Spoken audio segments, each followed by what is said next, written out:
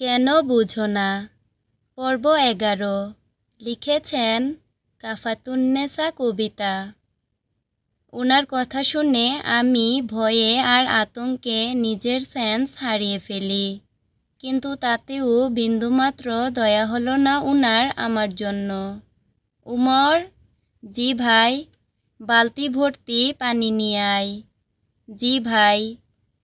যেখানে আমি নিজের পছন্দের জিনিসগুলো কারোর সাথে শেয়ার করি না, সেখানে তুই তো ঘরের বউ, তোকে কিভাবে শেয়ার করি বল? আমাকে জ্ঞানহীন অবস্থায় কুলে নিয়ে জুড়ে জুড়ে কথাগুলো বলছিলেন উনি। সবাই কিছু বলতে গিয়েও পারছিল না। কেউ কিছু বললে তার ডাবল ঝড় আমাকে সহ্য করতে হবে, এটা এতক্ষণে সবাই বুঝে গিয়েছিল। স্যার বালতি, গুড। একজন মানুষ যতটা দয়ামায়াহীন হলে আরেকজন সেন্সলেস মানুষের মুখে পানি ঢেলে দিতে পারে তা আমার জানা নেই, জানারও কথা ছিল না। উনি পুরো এক বালতি পানি আমার মুখে ঢেলে দেয়, যতক্ষণ না আমার সেন্স ফিরেও রেহাই হয়নি আমার। আমাকে টেনে তুলে আবার নিজের কুলে বসায়। আমি ভয়ে তাড়াহুড়ো করে পা উনার উপরে ফেলি। প্লিজ ছেড়ে দিন আমাকে। বেবি গার্ল, এখনও তো ধরলামই না। উনি সুন্দর মতো উঠে আমাকে কুলে করে নিয়ে সোফায় বসায় আর খুব যত্ন সহকারে আমার মুখের পানিগুলো মুছতে থাকে। তোর জন্য একটা গিফট আছে জান। গিফটের কথাটি শুনে তেমন কিছুই ভাবতে পারিনি আমি। মাথা কাজ করা অফ করে দিয়েছিল আমার। আমি ধীরে ধীরে উনার মুখের দিকে তাকাই। উনি খুব শান্ত দৃষ্টিতে আমার দিকে তাকিয়ে থাকে, যেন কিছুই হয়নি। উমর, তোর ভাবির জন্য আনা গিফটটা দে তো। জি ভাই, এই যে। একটা সুন্দর ছোট কাঠের বক্স, দেখে মনে হচ্ছিল খুব সুন্দর করে কেউ অর্ডার দিয়ে বানিয়েছে। খুলে দেখো। আমি জিজ্ঞাসা দৃষ্টিতে উনার দিকে তাকাই। উনি এক চোখের ভ্রু তুলে আবার বলে, খুলে দেখো। আমি শুকনো ঢুক গিলে উনার থেকে গিফটটা নিয়ে খুলতে লাগলাম। বক্সটার মুখ খোলার সাথে সাথে আমার চোখগুলো বের হয়ে আসবে মনে হচ্ছিল। আমি ভয়ে চিৎকার দিয়ে সোফার কোণায় নিজের মুখ ঢেকে কান্না করতে শুরু করি। উনি আমার হাতের কবজি ধরে নিজের বুকের সাথে মিশিয়ে নেন আর রাগে আমাকে বলতে থাকেন, তোকে দেখার পারমিশন যেখানে কুকুর বিড়ালকেও দেইনি, সেখানে একজন মানুষ তোকে ভালোবেসে ফেলল। বাহ, ইন্টারেস্টিং। আমি নিজের চোখকে বিশ্বাস করতে পারছিলাম না। বক্সে মানুষের কাটা হাতের আঙ্গুল, এটাও কি সম্ভব? একজন মানুষ কতটা নির্দয় হলে এমন করতে পারে? আমার আর বুঝতে বাকি রইল না এগুলো কার। আমি ভয়ে কখন ওনার বুকে সেন্সলেস হয়ে যাই মনে নেই। যখন সেন্স ফিরে তখন প্রায় সকাল হবে এমন। আমি আমার রুমেই ছিলাম। চোখ খুলে দেখি আমার মুখ বরাবর চেয়ারে উনি পায়ের উপর পা তুলে বসে আছেন। মনে হচ্ছিল সারা রাত ঘুমাননি। উনাকে দেখা মাত্রই আমার গলা শুকিয়ে যায়।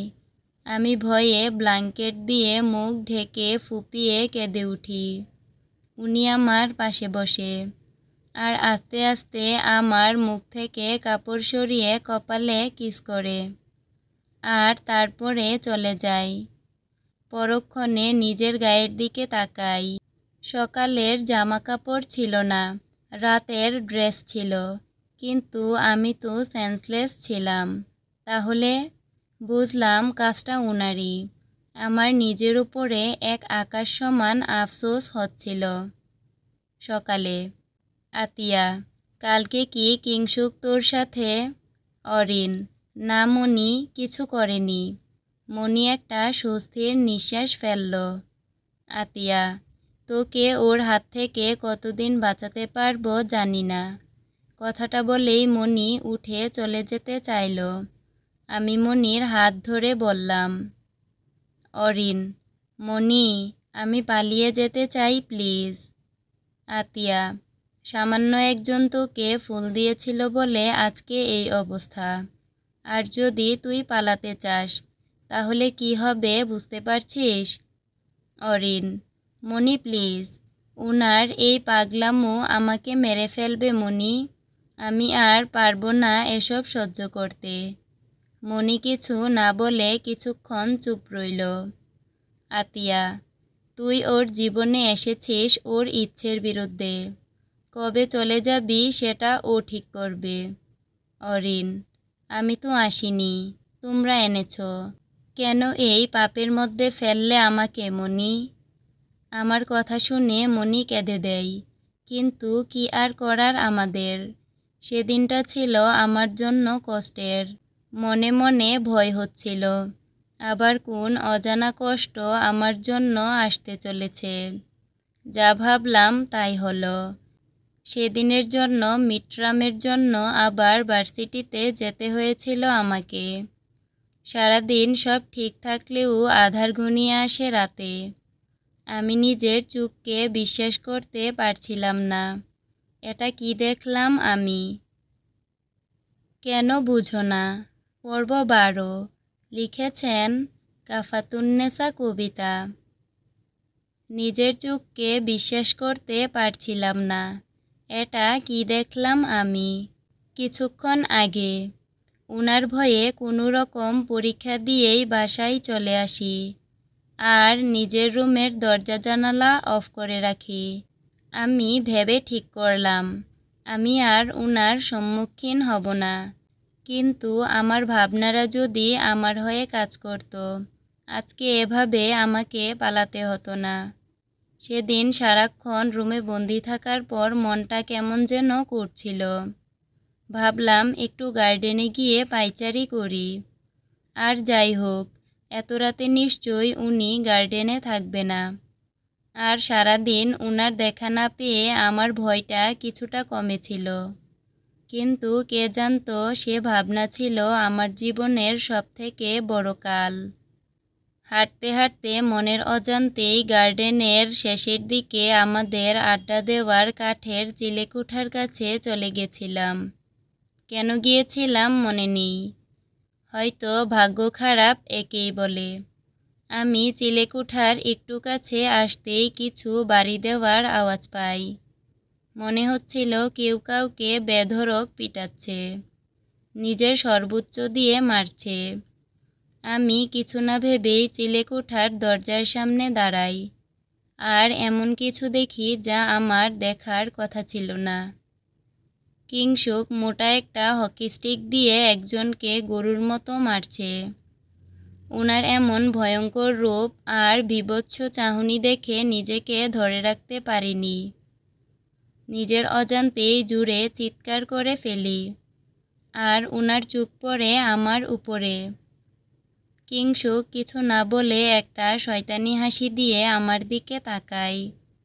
আমি আরও বেশি ভয় পেয়ে যাই আর নিজের সর্বোচ্চ শক্তি দিয়ে দৌড় দেই। কিংসুকও আমার পিছনে দৌড় দেয়। কিংসুক, অরিন দাঁড়া, দৌড়াতে দৌড়াতে। অরিন শোন, আমার কথা শোন, আমার থেকে পালিয়ে যাস না প্লিজ, শোন আমার কথা। আমি কিংসুকের কোনো কথা না শুনেই নিজের সর্বোচ্চ শক্তি দিয়ে দৌড়ালাম। কিন্তু একটা ছেলের গতির কাছে একটা মেয়ের গতি কিছুই নয়। তাও নিজের প্রাণপণ চেষ্টা করলাম, কিন্তু ভাগ্য আমার সহায় হলো না। আমি বাড়ির গেট বরাবর দৌড়ালাম।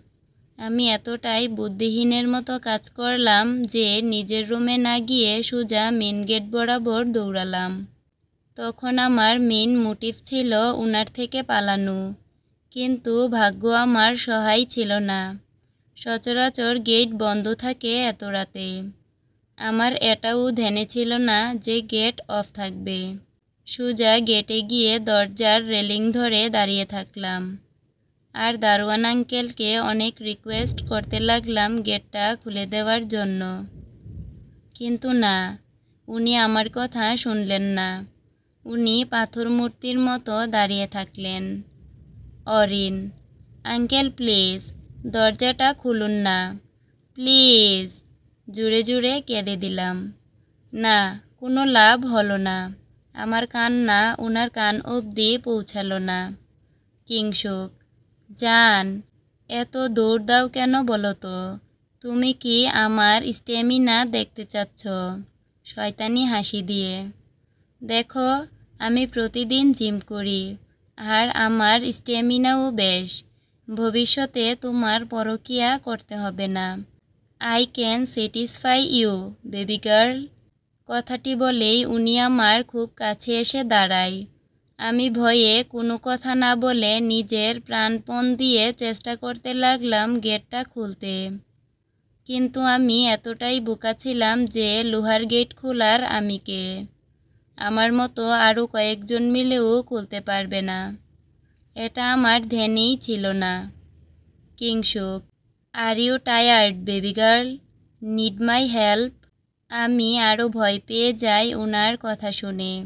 উনি ধীরে ধীরে আমার কোমরে হাত দিয়ে আমাকে নিজের দিকে ঘুরিয়ে নেয়, আর আমাকে উঠিয়ে নিজের কাঁধে করে নিয়ে যায় ওনার সাথে চিলেকোঠায়। এসব এত তাড়াতাড়ি হয় যে আমি কিছুই বুঝে উঠতে পারিনি। কিন্তু সবথেকে জঘন্যতম কিছু যে আমার জন্য অপেক্ষা করছিল সেটা আমি কল্পনাও করতে পারিনি। কেন বুঝো না? পর্ব 13, লিখেছেন কাফাতুন্নেছা কবিতা। উনি আমাকে কাঁধে ধরে চিলেকোঠায় নিয়ে যায়, আর সেই ছেলেটার সামনে দাঁড় করায়।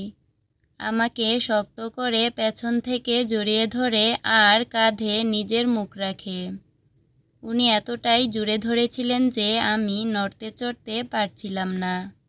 ছেলেটা আমার সামনে হাঁটু গেড়ে বসেছিল, আর তাকে দুজন লোক ধরে রেখেছিল, আর কিংসুক আমাকে। কিংসুক, এটা সেই ছেলেটা না জান, যে তোকে নিয়ে ক্রাশ অ্যান্ড কনফেশনে পোস্ট দিয়েছিল? আমি রীতিমতো কারেন্টের শক খাওয়ার মতো শক খাই। ক্রাশ অ্যান্ড কনফেশনের বিষয়টা উনি কিভাবে জানল?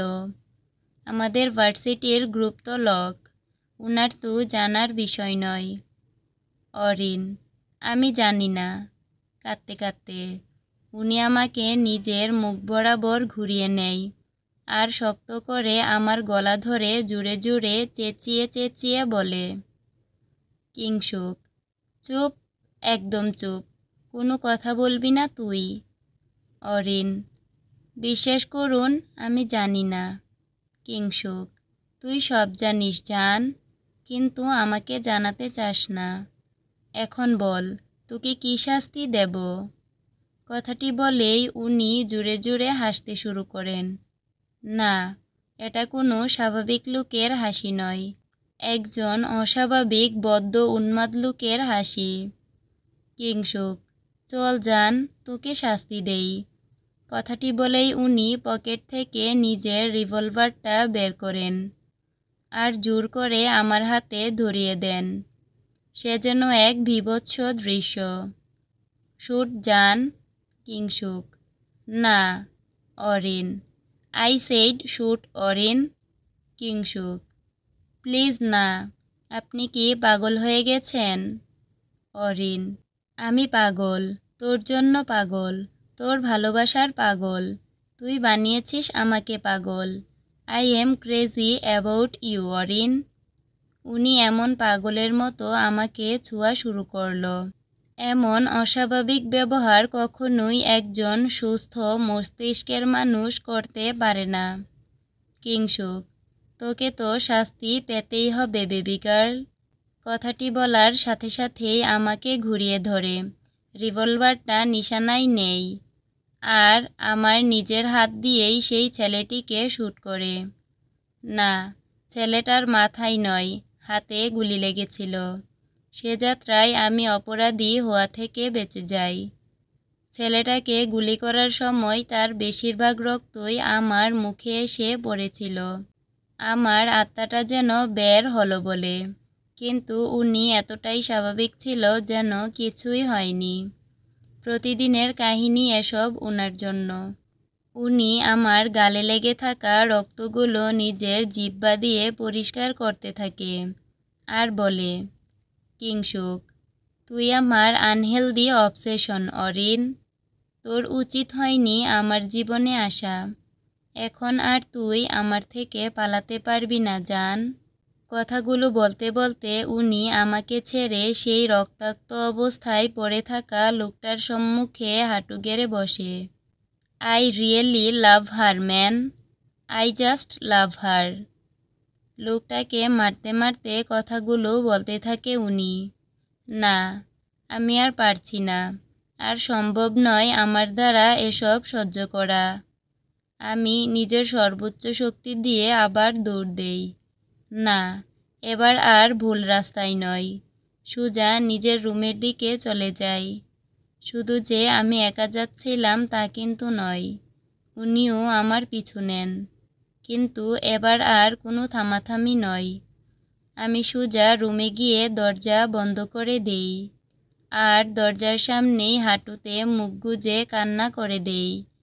কিংসুক, নিচ থেকে দরজা খুলে বের হয়ে আসবি। আর যদি আমি দরজা ভাঙতে হয়, তুই শেষ আজকে জান। শয়তানি হাসি দিয়ে। অরিন, আমাকে প্লিজ ছেড়ে দেন, আমি চলে যাব অনেক দূরে। কাঁদতে কাঁদতে। কিংসুক, যেখানে নিজের পছন্দের জিনিসগুলোকে চোখের সামনে থেকে দূরে যেতে দেই না, সেখানে তুই তো ঘরের বউ জান।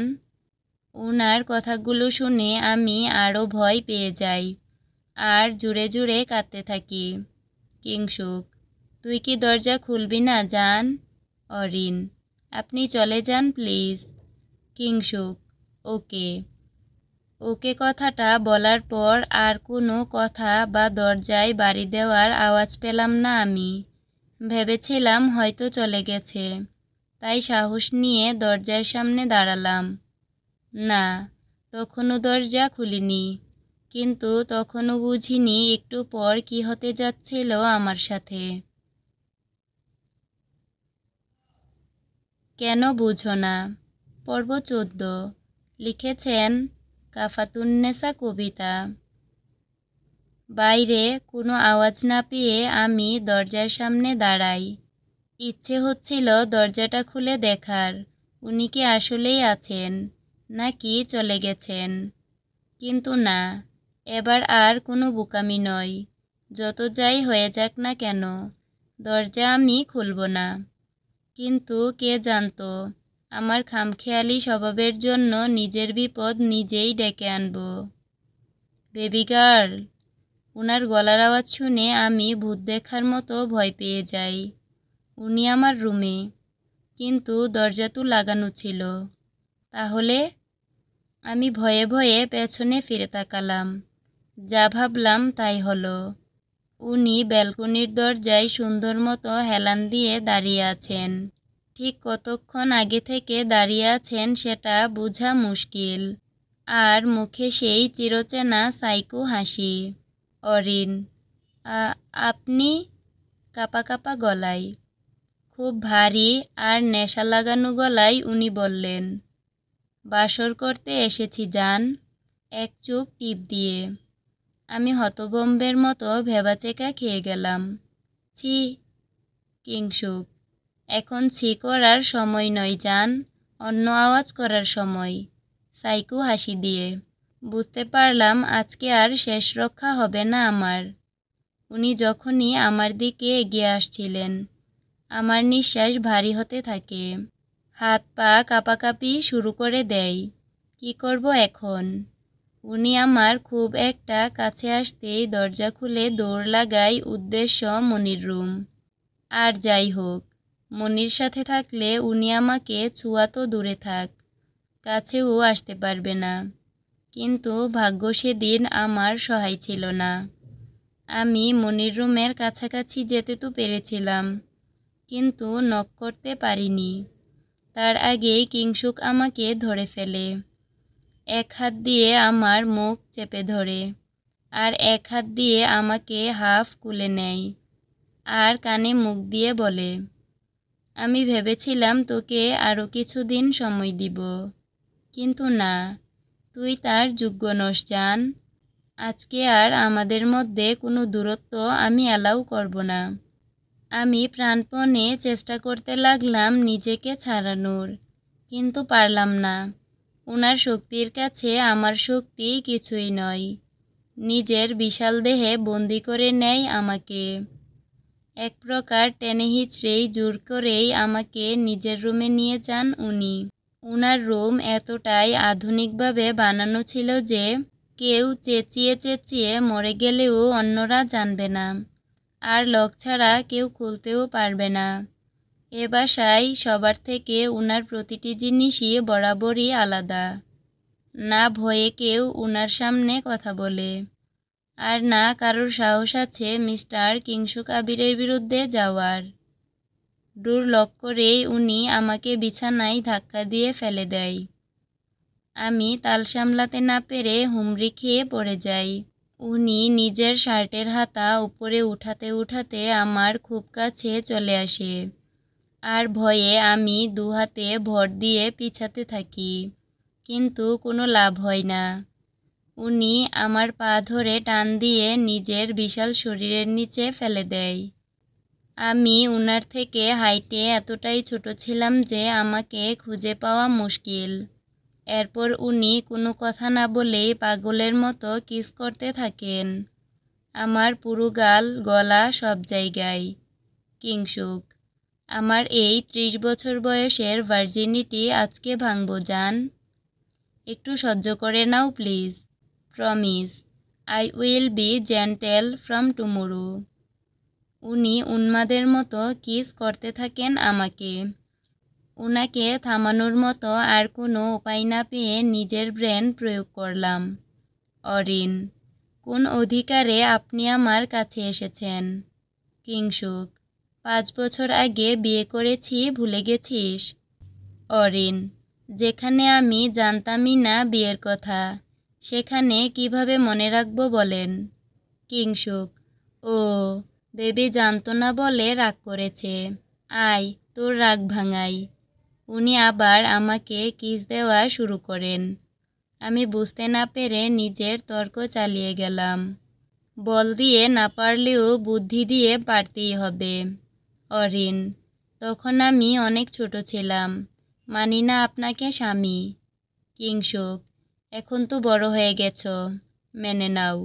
অরিন, এই 5 বছরে তো একবারও আমার খোঁজ রাখেননি, তাহলে কেন আজকে এমন করছেন? আর এটার কি গ্যারান্টি আছে যে আপনি এই 5 বছরে কোনো নারীর কাছে যাননি? আমার শেষের কথাগুলো কেন জানি উনার পছন্দ হয়নি। বিছানার সাথে আমার গলা চেপে ধরে আর দাঁতে দাঁত চেপে বলতে থাকে, এই 5 বছরে 5 সেকেন্ডের জন্যও তুই আমার চোখের আড়াল হসনি। তোর শুরু থেকে শেষ অবধি আমার জানা। উনি এতটাই জোরে আমার গলা চেপে ধরে কথাগুলো বলছিলেন যে আমি ঠিকমতো নিঃশ্বাসও নিতে পারছিলাম না। আমার অবস্থা খারাপের দিকে যাচ্ছিল, তাই উনি নিজের রাগটা কন্ট্রোল করে আমার গলা ছেড়ে দিয়ে উঠে দাঁড়ান। আমি অনবরত কাশতে থাকি, তাতে উনার একটুও দয়া হচ্ছিল না আমার উপর। উল্টো পানির জগ ধরে জুড়ে আমার মুখের উপর সব পানি ঢেলে দেয়, আর পরক্ষণেই আমাকে উঠিয়ে নিয়ে চলে যায় উনার হিডেন রুমে। উনার যে একটা হিডেন রুম ছিল এটা আমিও জানতাম না, কিন্তু যখনই উনার হিডেন রুমে আমাকে নিয়ে যান, আমি আঁতকে উঠি। এসব কি? আমি কি স্বপ্ন দেখছি? পুরো রুম জুড়ে আমার ছবি। এখানে এমন অনেক ছবি আছে যেগুলো আমি ফেসবুকে আপলোড করিনি, আর না কাউকে দিয়েছিলাম। সব আমার ফোনেই ছিল। তাহলে উনি কিভাবে পেল এসব? আর কবে থেকে এসব হচ্ছে? শুধু যে আমার ছবি ছিল বিষয়টা এমন নয়, সাথে ছিল আরও অনেক কিছুও। কিন্তু উনি তো এখানে ছিল না, আর না এখানে এসেছিল কখনো। তাহলে এসব? আমার ভাবনার মাঝেই উনার বলা কথাগুলো শুনতে পাই। তোর এমন কোনো বিষয় নেই যেটা আমি জানি না। তোর বড় হয়ে ওঠা থেকে এই অবধি সব আমার জানা। আপনি কি পাগল? তোর জন্য। তাহলে এই 5 বছর কেন দূরে ছিলেন? তখন কোথায় ছিল আপনার স্বামীর অধিকার? উনি আমাকে নিজের দিকে ঘুরিয়ে নেন আর শক্ত করে আমার কোমর চেপে ধরেন, দাঁতে দাঁত চেপে বলতে থাকেন, এই মেয়ে, বয়স কত ছিল তোর? তখন পারতি আমাকে সামলাতে? একদিনেই হসপিটালে যেতে হতো তোকে। উনি না থেমেই কয়েকটা জিনিসের কাছে আমাকে টানতে টানতে নিয়ে যান। এই দেখ, তোর ফেলে দেওয়া টিস্যু। দেখ, কত যত্ন সহকারে রেখেছি। এই যে, তোর এক কানের ঝুমকো, যেটা মেলায় হারিয়েছিস বলে কেঁদেছিলি। আমি এটা খুঁজে বের করি। দেখ, তোর ঠোঁট লাগানো পানির গ্লাস, যেটা দিয়ে তুই সাথীর বিয়েতে পানি খেয়েছিলি। তোর ঠোঁটের লিপস্টিক এখনও হালকা লেগে আছে। যখনই তোর কথা মনে পড়ত, আমি এসে এটাতে ঠোঁট লাগাতাম। কাছে থেকেও তোকে ছুঁতে পারিনি আমি। দেখ, তোর হেয়ার ব্যান্ড, যেটা কলকাতায় বেড়াতে যাওয়ার সময় ফেলে দিয়েছিলি মনের ভুলে। আর কি জানতে চাস বল? একটা মানুষ আরেকটা মানুষকে ঠিক কতটা চাইলে এসব করতে পারে আমার জানা নেই। বুঝতে পারলাম এভাবে কাজ হবে না। নিজেকে বাঁচানোর জন্য এবার সবথেকে বড় কাজটা করলাম। আমাদের বিয়ের বৈধতা নিয়ে প্রশ্ন তুললাম। যখন আপনার সাথে আমার বিয়ে হয়, তখন আমি ছিলাম 15 বছরের কিশোরী, আর আপনি ছিলেন 25 বছরের যুবক। আমাদের বিয়ের বৈধতা কোথায়? বাংলাদেশের আইন মোতাবেক আমাদের বিয়ের বৈধতা নেই। না আপনি আমার স্বামী, আর না আমি আপনার স্ত্রী। কথাটি বলতে দেরি আর আমার গালে থাপ্পড় পড়তে দেরি হলো না। কিংসুক, পৃথিবীর এমন কোনো শক্তি নেই যেটা তোর কাছে যাওয়া থেকে আমাকে আটকাবে। কথাটি বলেই উনি বাহিরে চলে গেলেন, আর আমি নিচে বসে গালে হাত দিয়ে কান্না করতে থাকলাম। উনার চরের গতি এতটাই জোরে ছিল যে আমি তাল সামলাতে পারিনি। গালটা মনে হয় অবশ হয়ে গেছে। বেশ কিছুক্ষণ ধরে দেখলাম উনি আসছে না।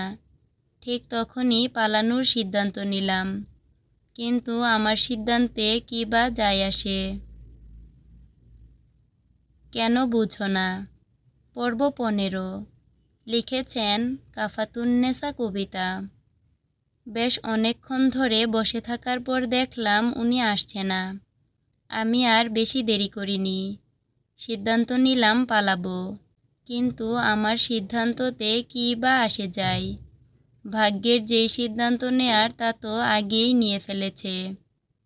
আমি অনেক কষ্ট করে উঠে দাঁড়াই। অনেকেই দেখি চড় থাপ্পড় খাওয়ার পরও কত সুন্দর করে দৌড়ে পালাই, কিন্তু আমি পারলাম না। মাথাটা কেমন ঝিমঝিম করছিল, আর গালটা মনে হয় অবশ হয়েই আছে। আমি ধীরে ধীরে উঠে দাঁড়িয়ে দরজার সামনে যাই। উদ্দেশ্য হলো এক দৌড় দিয়ে ব্যালকনি দিয়ে পালানো, কারণ উনার রুমের লক আমার জানা নেই। যেই চিন্তা সেই কাজ। ভালো মতো চোখে পরখ করলাম, না, উনি নেই।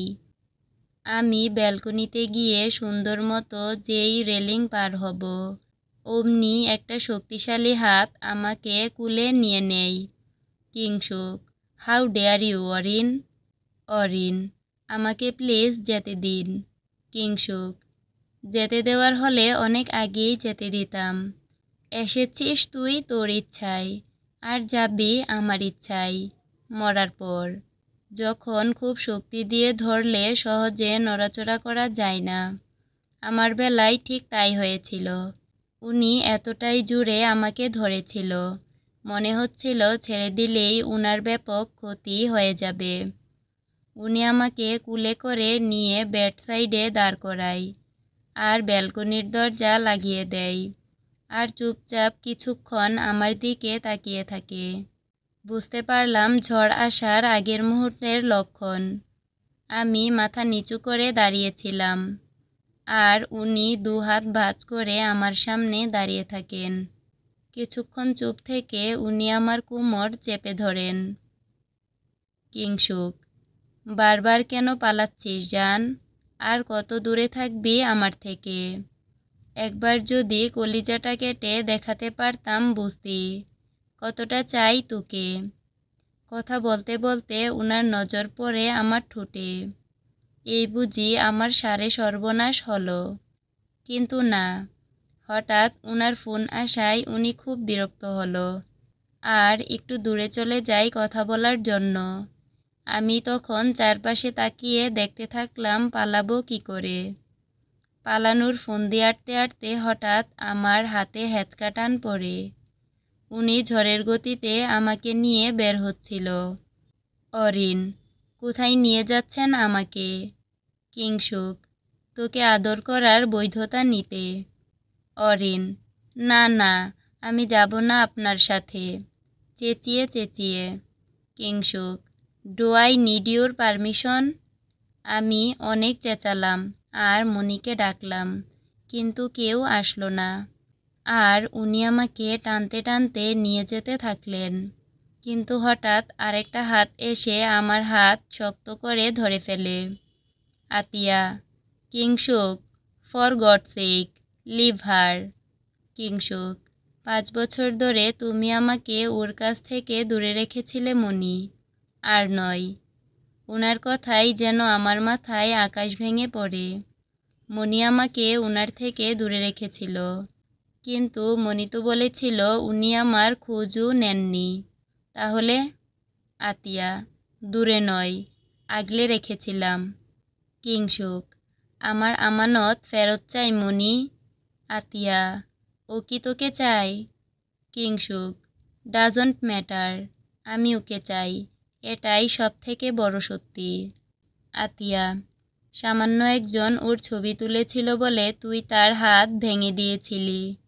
ওকে ধাক্কা দিয়েছিল বলে তুই একজনকে আধামরা করে ছেড়ে দিয়েছিলি। আর তুই বলছিস ওকে তোর সাথে থাকতে দিব। কিংসুক, আমি ওকে দুনিয়া থেকে প্রোটেক্ট করেছি মাত্র। আমার কলিজায় হাত দিলে তাকে আমি কিভাবে ছেড়ে দেই বলো? আতিয়া, এটার কি গ্যারান্টি আছে তোর রাগের বশে তুই ওকে মেরে ফেলবি না? কিংসুক, ওকে আমি সেদিনই মারব যেদিন ও কিংসুকের জায়গায় অন্য কাউকে মন দিবে, তার আগে নয়। ওনার কথাগুলো শুনে আমি আরও ভয় পেয়ে যাই আর মনিকে জড়িয়ে ধরি। এতটাই শক্ত করে ধরেছিলাম যে আমাকে ছাড়ানো অসম্ভব। কিংসুক, তুই আমাকে না ধরে অন্য কাউকে কেন বারবার জড়িয়ে ধরিস? I won't not tolerate it again. আমাকে মনির থেকে এক প্রকার টেনে হিচড়ে নিয়ে যাচ্ছিলেন উনি, কিন্তু আমি আরও শক্ত করে ধরি মনিকে। কিংসুক, আমার ধৈর্যের পরীক্ষা নিস না অরিন। অরিন, মনি, আমাকে বাঁচাও প্লিজ। ও মনি, প্লিজ, উনি আমাকে মেরে ফেলবে মনি। মনিকে কিছু না বলতে দেখে আমি মনির দিকে তাকাই, আর এই সুযোগে উনি আমাকে নিজের সাথে মিশিয়ে নেন আর জোরে জড়িয়ে ধরে। কিংসুক, এই কাঁদছিস কেন? মেরেছি তোকে? অরিন, আমাকে প্লিজ ছেড়ে দেন। আহ! কিংসুক, চুপ, একদম চুপ। 5 বছর এই বুকে অনেক কষ্ট নিয়ে থেকেছি জান, আর নয়। চল আমার সাথে। আতিয়া, তুই এখন ওকে নিয়ে কোথায় যাচ্ছিস? কিংসুক, বিয়ে করতে। আতিয়া, এত রাতে? কিংসুক, আতিয়া, কাজী অফিস তো সব বন্ধ। কিংসুক, আমি চাইলে সব খোলা। আতিয়া, কিন্তু এভাবে তো বিয়ে হয় না বাবা। কিংসুক, তো কিভাবে হয়? আতিয়া, সকল কিছুর একটা নিয়ম আছে বাবা। কিংসুক, ওর কাছে যাওয়ার জন্য কোনো নিয়ম নীতি মানি না আমি। আতিয়া, দেখ বাবা, তুই খানবাড়ির বংশধর, তোর বিয়ে তো এভাবে নয়, আরও ধুমধাম করে করতে হবে। উনি মনির দিকে তাকায়। কিংসুক, 5 বছর আগে তো কোনো ধুমধাম হয়নি, তাহলে এখন এই নাটক কেন? আতিয়া, দেখ বাবা, তখন তো বিষয়টা আলাদা ছিল, আর তোর বউও ছোট ছিল। এখন তো তোরা যথেষ্ট বড়। এইভাবে তো বিয়ে হয় না সোনা বাবা। কিংসুক: আমার বউকে আমি 10 জনকে দেখাবো না মনি। আতিয়া: ঠিক আছে, মিনিমাম পরিবারের মানুষকে তো জানা। Please, I request you Kingshuk. Kingshuk: ঠিক আছে, কিন্তু বিয়েটা কালকেই হবে। আতিয়া: ঠিক আছে বাবা। মনির কথায় সায় দিয়ে উনি আমাকে ছেড়ে দেয়, আর কপালে কিস দিয়ে আমার গলা ধরে বলে, কিংসুক, আজকের রাতটা আমাকে ছাড়া থাক।